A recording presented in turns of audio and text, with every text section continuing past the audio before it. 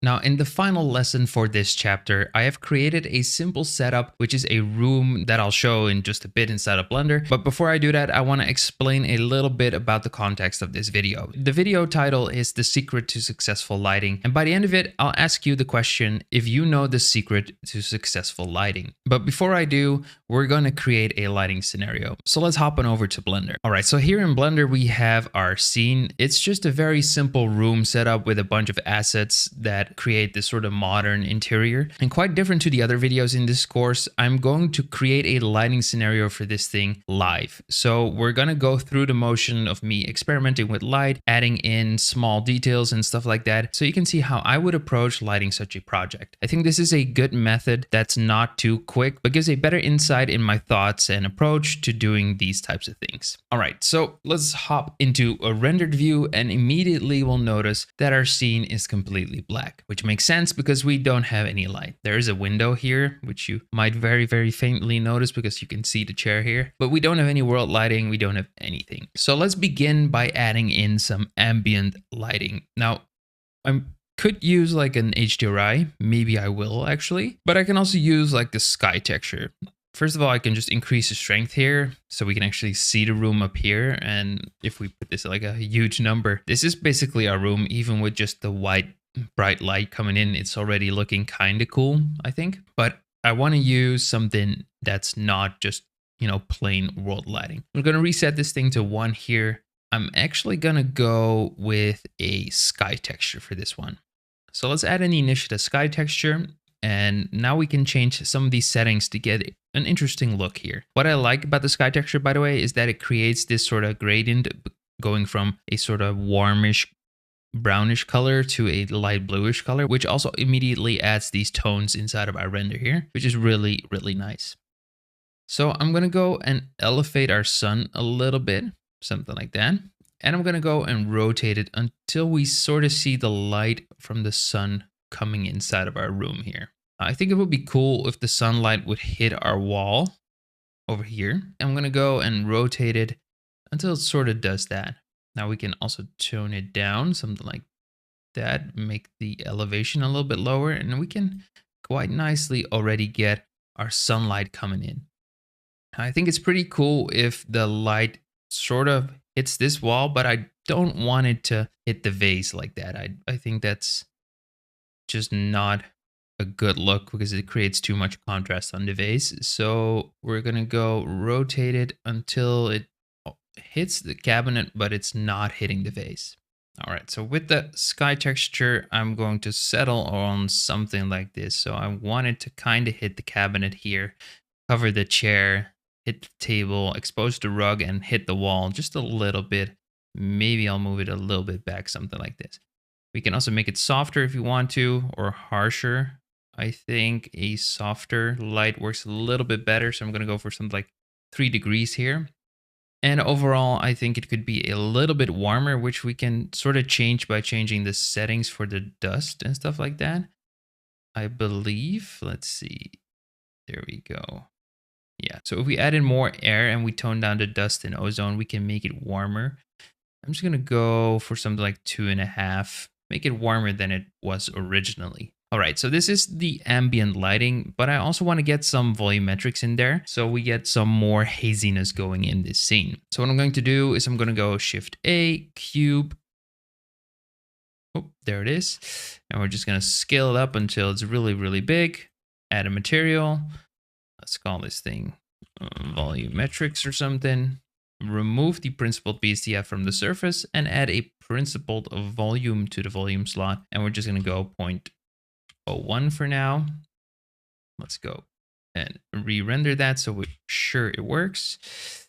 And I believe it does. Let's reselect our cube here. We're going to make it slightly stronger. Yeah, so this is working. We just want a very subtle value, something like a 0.05 maybe.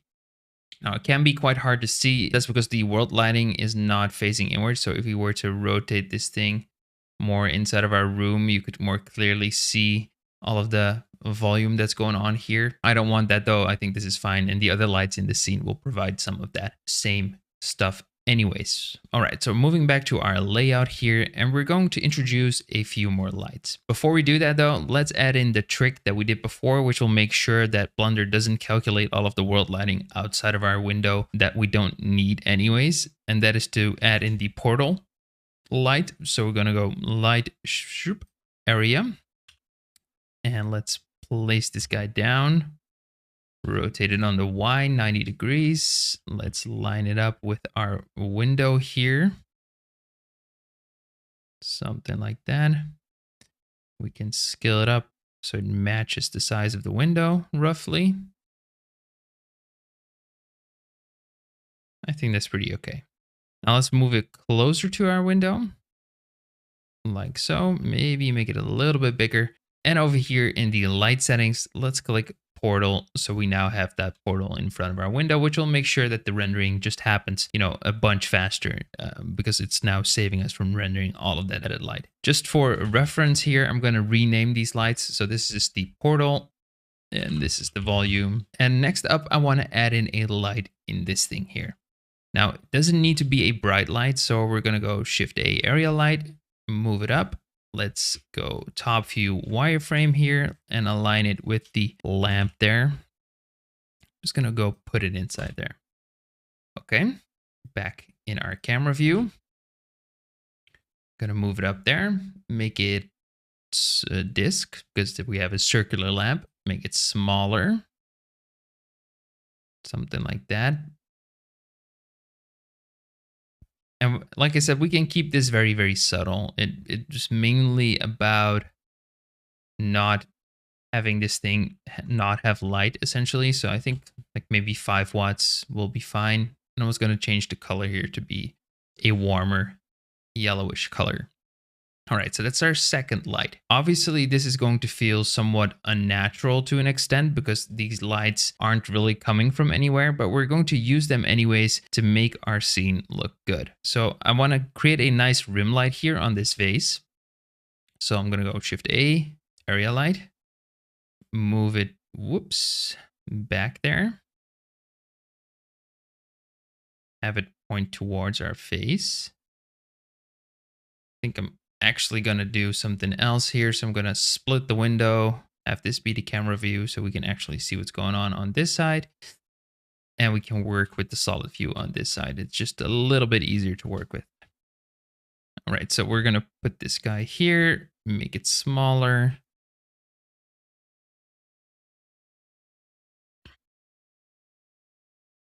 I think that's pretty okay.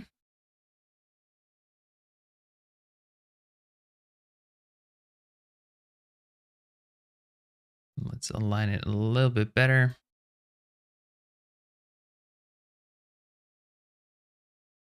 I think this creates quite a nice highlight there. So let's just tone this down to be softer. So something like 2 watts. And I'm going to make it bigger so it covers the entire side of the vase there. There we go. All right, now I don't want this to hit the actual cabinet here, so I'm just going to use it to highlight this vase. Let's make it a warm color as well. And we're going to use light linking to do that. So up here with the light selected, shading and light linking, let's add a new one. Let's just call this thing vase. And we're going to take our vase object and put that inside. So over here we have the antique ceramic vase. Let's just put that inside and this will make sure we're only getting the highlight there. Perfect. All right, so we're going to do that a bunch more. I'm going to actually add a few more lights here to light up our vase a little bit. So this can be just a little bit more from the sunlight, emphasizing that sunlight a little bit. That's looking quite cool. Let's do the same with the statue here. So I'm going to go with this guy here. And in this case, we're going to do light select, remove the vase, add it, and have it be statue for the light linking. And we're just going to take our statue, which is somewhere. Where is it? It's there, the small sculpture. And we're going to put that inside. So small sculpture, there we go. And now this thing is lighting our small sculpture. Again, it doesn't have to be strong, so we can take it pretty far away. We're just going to add another one, flip it. Again, creating some subtle lighting on the side there. I think that's pretty good. Make it a little bit smaller, make it a little bit stronger.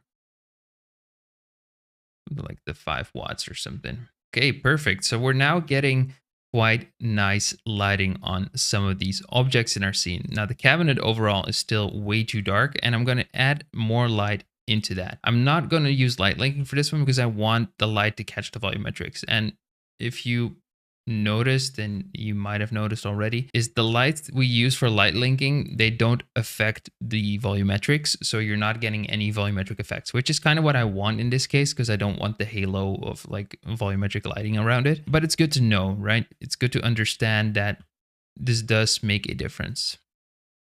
So we're gonna put this thing up to the ceiling here. Let's make it a disc. And again, just a very low brightness here, so we can sort of just a little bit get some, whoops. Let's point it at our cabinet here, move it down. Lower the spread.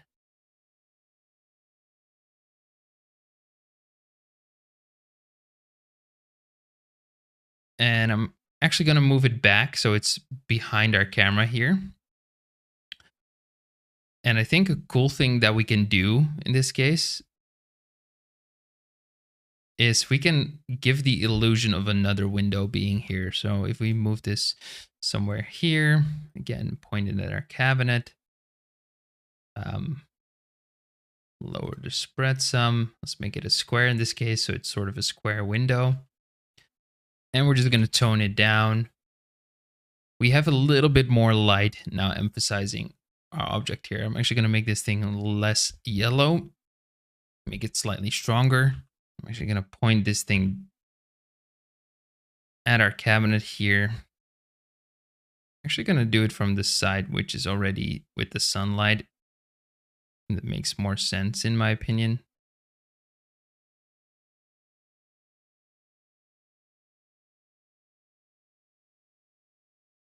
Yeah, that's pretty nice. Let's make it a little bit softer. Let's do one more. And we want to catch sort of this thing here, the edge here. So the center part. We're going to make the spread just very, very small. Make the area light very, very small. Have it be a disc. Make the spread just a little bit bigger. Way less strength again. And something like that is pretty nice.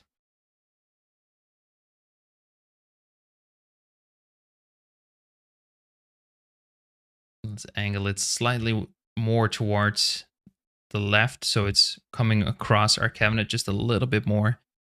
And that's cool. Now let's do the same on the other side here. So we're just going to duplicate our light. And let's point it at our cabinet on the side.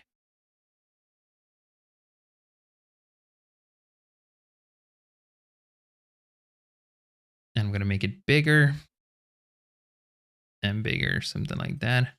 Basically, this is going to be a rim light sort of for the cabinet, right? So I think this thing can go up here, rotate it like so. Let's see, is this doing anything? Yeah, this is creating a little bit of rim lighting there, which is nice. But it's also interfering with our scene as a whole. So for this light again, let's do light linking. Let's call this thing cabinet or something. And let's take our cabinet thing there and just put it in there. Oops, let's take this one in there. Does that work? Ooh, okay, so that's an issue. You can't put instanced collections inside of the cabinet light linking. So sadly, we can fix that. And I guess we'll have to live with the light being the way it is. I'm just going to make it smaller so it's not actually intersecting with the wall there. Make the spread larger so it is actually catching all of it. And we're just going to tone it down. Okay, let's make it like 10 watts or something. Yeah, that's pretty nice. What we can do, because this is creating this light here on our floor, is we can still add light linking. In this case, let's call it floor. So let's add our floor object to it, and this will remove the light affecting the cabinet here. But if we disable the floor, we've effectively turned it around, right? Because now it is affecting the cabinet and it's no longer affecting the floor. So that is pretty good. All right, so we're already quite nicely looking at the light for our scene here. Now, the vase is lit up. Our cabinet is nicely lit up. We have our lamp here doing its thing. I'm actually going to make this thing stronger because I feel like it's a nice vibrant spot to look at. And we're still left with this dark corner here. And I want to put some emphasis on these small birds here. So what we're going to do for the birds, they're kind of out of focus, but that's actually quite nice. So we're just going to add in another area light there. Let's put it up like so. Overall, this is just going to be a fill light for these birds. So I'm just going to make it smaller. And we're going to go like 1 or maybe 2 watts for this one. Nice. And we're going to do another one. Point it at our birds to get another one of those rim lights going. Something like that. Make it nice and strong.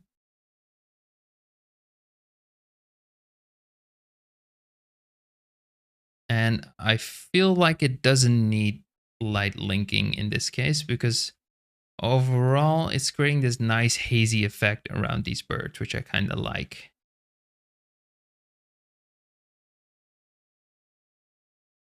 Yeah, that's nice. And it also brightens up the entire thing here a little bit. So I'm going to go, whoops, select our light here. I'm going to go for something like 75 watts maybe, or 60 watts. Yeah, that's a nice way of lighting this part of our scene. I like that. Okay, so we're now left with lighting the left half of this image, or basically the left third of this image. So let's go ahead and do that. We're going to go create something of a light fixture type of light, which I feel could be slightly out of our camera here, and it would look great. So we're going to use something that we covered in another lesson, which is the IES lighting. So I'm going to go and download one of the IES profiles, and we're going to use that. Okay, now to add an IES light, we need a spotlight. So we're just going to go Shift A light. Point light, sorry, not a spotlight, but a point light. We need a point light for IES lighting. We're just going to put this up to the wall here. Something like that. Move it up. Move it, put it somewhere above our art piece there.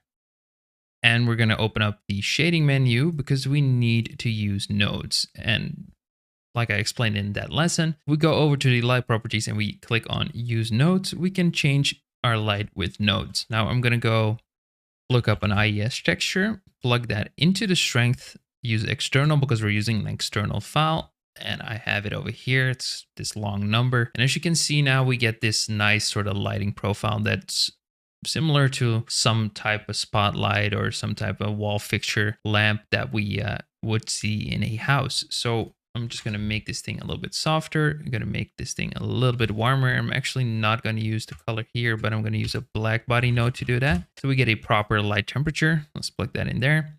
Let's go for something like 4200.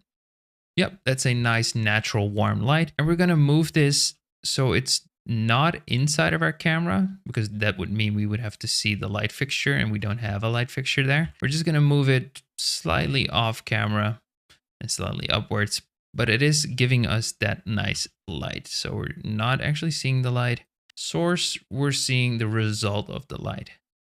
Okay, so that's pretty nice. We're lighting up our scene. I might make it a little less strong, something like 3 watts or something. Yeah, that's pretty cool. I like that. Okay, now the final thing I want to do is I want to put a little bit more emphasis on this table thing here. So we're going to go ahead and do that as the final step for our lighting here. So let's add in another area light.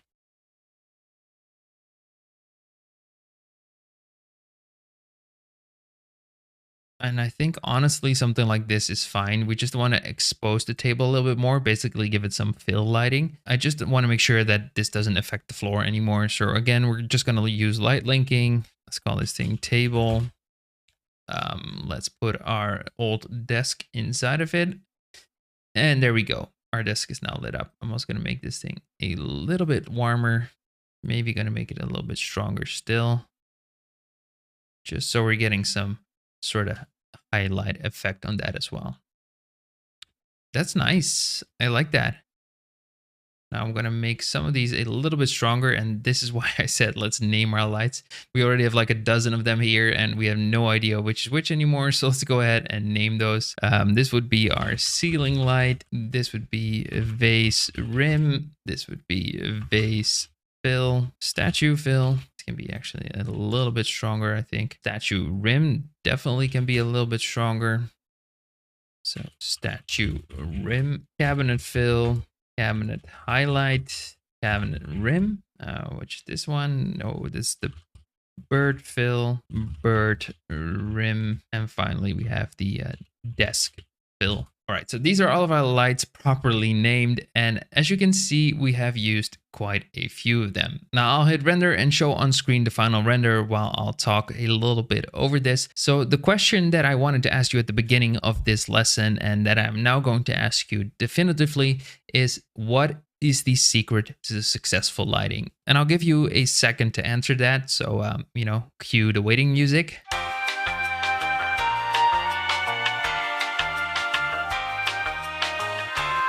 Okay, so if your answer was something along the lines of using multiple lights or more than one, your answer is correct. Almost never when we see photography or cinematography or we see images that are good looking renders, we are looking at a single light source image. And that's because a single light source almost always gives a quite boring and plain lighting setup. So the secret to successful lighting boils down to using multiple lights, as many as you possibly can without doing too much, and you'll know when it's too much because there's basically lighting coming from every angle. But as long as that's not the case, you can do as much lights as you want to, and it will always look better than just using a few lights in, well, basically 99% of all scenarios. So I hope by now you understand the tools necessary for better and more successful lighting in Blender, and this all wraps up chapter 4.